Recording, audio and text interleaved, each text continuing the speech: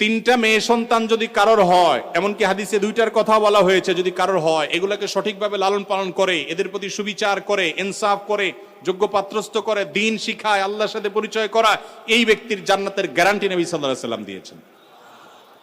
আমি কোনো হাদিসে পাই নাই 1 ডজন ছেলের বাপ হলে এরকম কোন ফজিলতের কথা আমি পাই নাই কোনো হাদিসে, কিন্তু মেয়েদের ব্যাপারে এরকম বলা আছে। এরপরও জাহিলি যুগের মানুষরা যখন জীবন্ত মেয়েদেরকে কবরস্থ করত, ইসলাম তখন এসে মেয়ের বাবা হওয়াকে এত মর্যাদার বলেছে।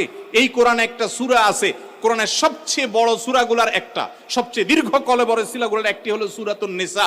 নিসা মানে কি? নারীগণ। নারীগণদের জন্য স্পেশাল সূরা আছে, পুরুষগণ নামে স্পেশাল কোন সূরা কোরআনে নাই।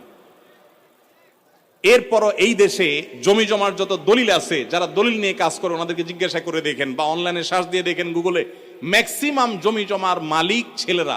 মেয়েদের নামে দলিল আপনি এখন দেখতে পাবেন ম্যাক্সিমাম পরিবারে নাই, কারণ মেয়েদেরকে আমরা বঞ্চিত করি। তো এরকম মেয়েদের প্রতি জুলুম,